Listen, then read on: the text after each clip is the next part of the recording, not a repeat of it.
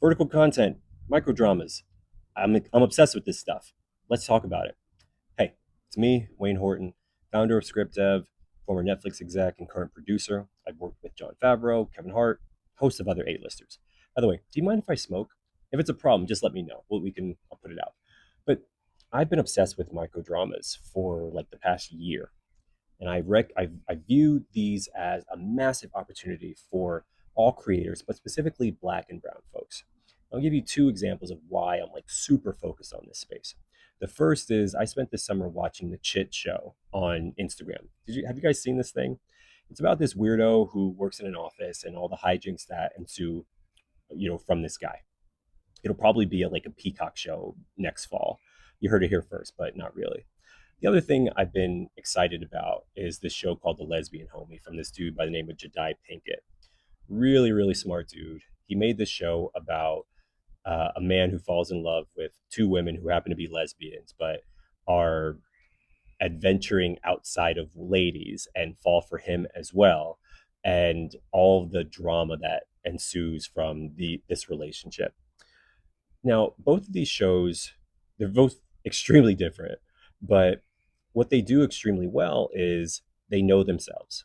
One is a pure comedy, a little absurd, but just does its own thing uniquely well.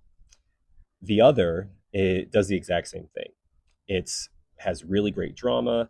It asks questions of things that I think some black folks have asked themselves, like what would it be like to fall in love with like a stud, or have a stud fall in love with you, which I think is hilarious.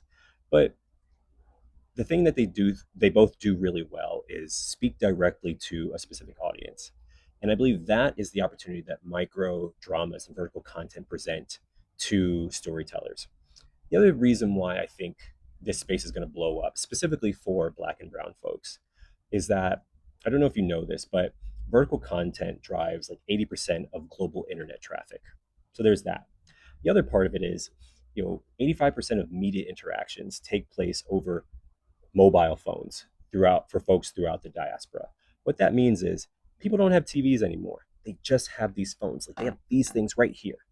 And they are looking for content that they can watch geared towards this device.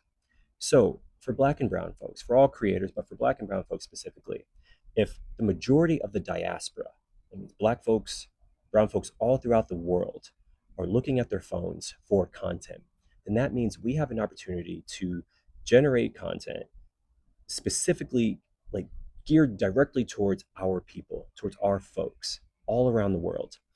The great thing about it is that we don't need gatekeepers. So I don't know if you go to Hollywood or the Hollywood Reporter, or if you go to Deadline or any of those things, but I do. I go to these sites all the time, and I'm always looking for my friends, people that I know, Black and Brown creators who are getting their shows or their movies greenlit. And recently, it's been fewer and further between.